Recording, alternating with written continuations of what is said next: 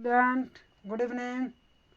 कल कल हम लोग पढ़े थे समास किसे कहते हैं उसका, जैसे में पढ़े हुए थे यथा में। आज हम लोग को पढ़ना है समास के भेद और उसका परिभाषा पढ़ना है। इतना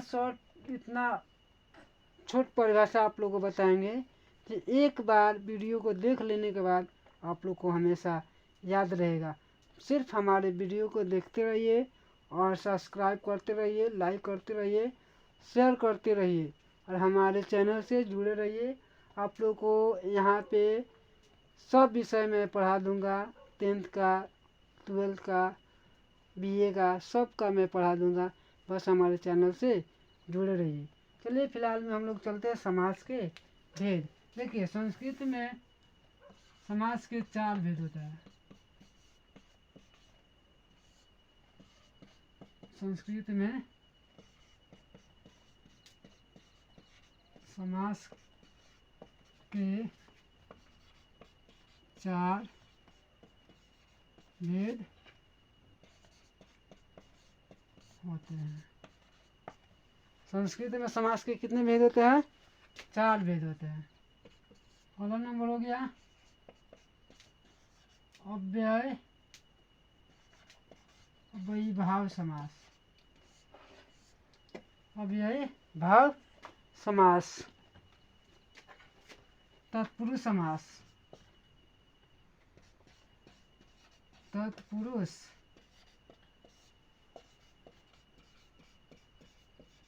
समास, बहुब्रीहि समास, बहु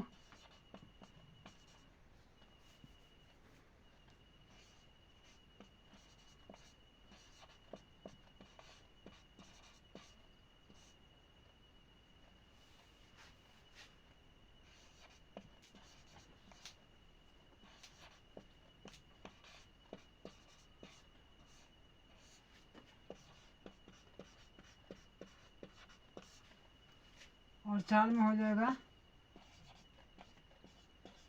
द्वंद्व समास।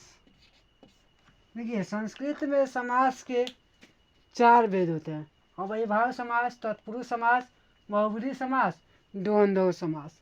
अब तत्पुरुष समास के 2 भेद होते हैं। तत्पुरुष समास के 2 भेद होते हैं। देखिए यहाँ से आप लोगों को मैं बता देता हूँ।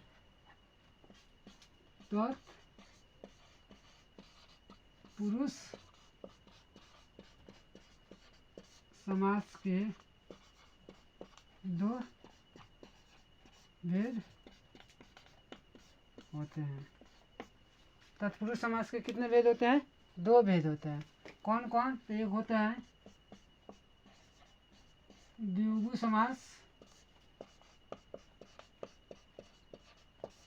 और दूसरा कर्मधारय समास।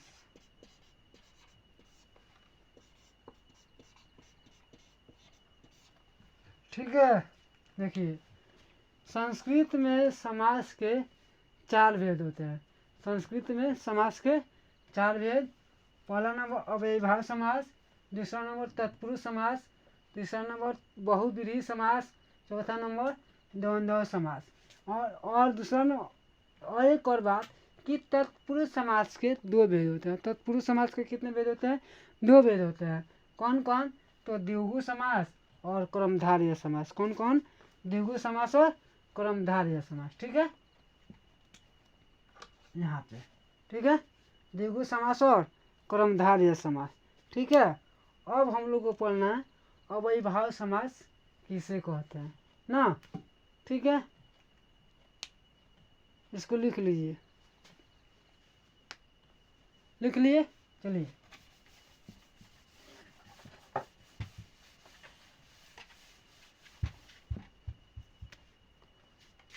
पहला नंबर होता है अव्ययभाव समास।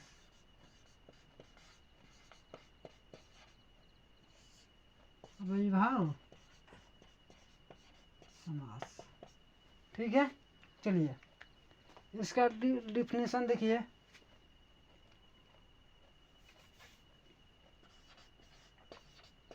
पूर्व प्रधानो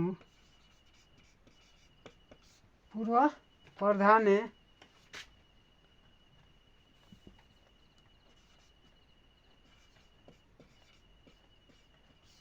पूर्व पदार्थ